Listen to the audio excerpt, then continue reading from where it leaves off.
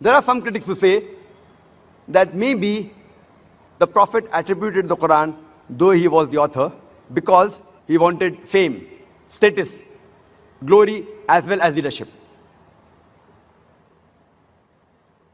According to Michael H. Hart, he writes in his book, The 100 Most Influential Persons in the History of Humankind,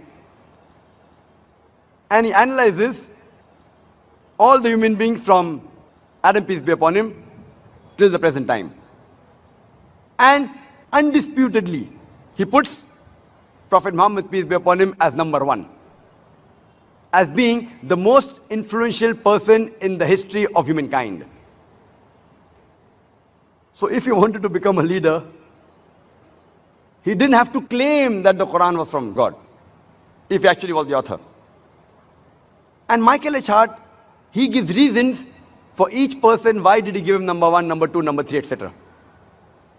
And at the end of the biography says that it was the indisputable secular and religious influence of Prophet Muhammad, peace be upon him, that makes him the undisputable number one person to have the most influence in human history. Prophet Muhammad, peace be upon him, if he wanted glory, fame, power, leadership, he was so eloquent. He had all the qualities. He did not have to falsely attribute the Quran to Almighty God. He had all the abilities.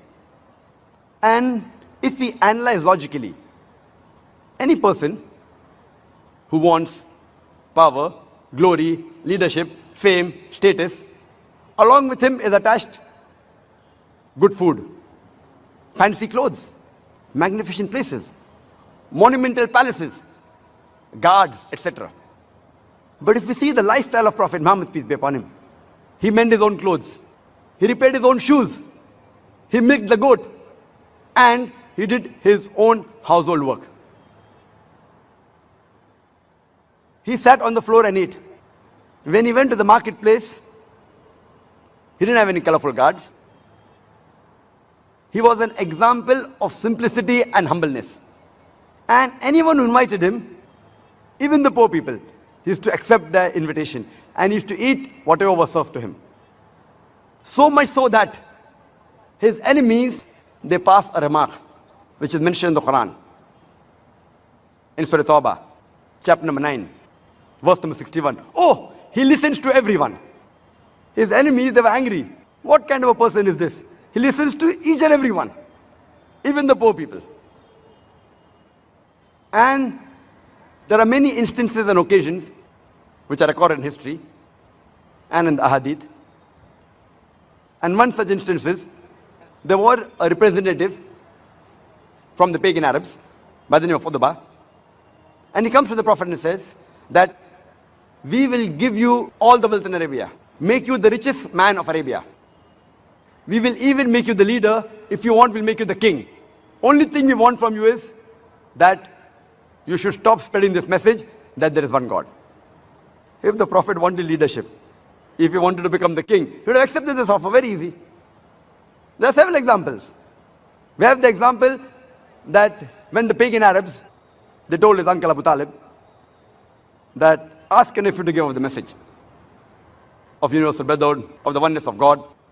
He replies to his uncle that even if they put the sun in my right hand and the moon in my left hand, I will not stop my mission. I will not stop spreading this message until the day I die, or whatever Allah wills. There was a time when his son Ibrahim,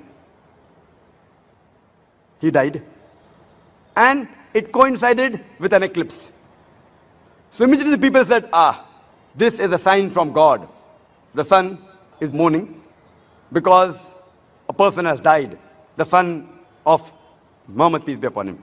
Immediately the Prophet replied, and he said that the sun and the moon, they are signs of Allah subhanahu wa ta'ala. They do not eclipse because of the birth or the death of any human being.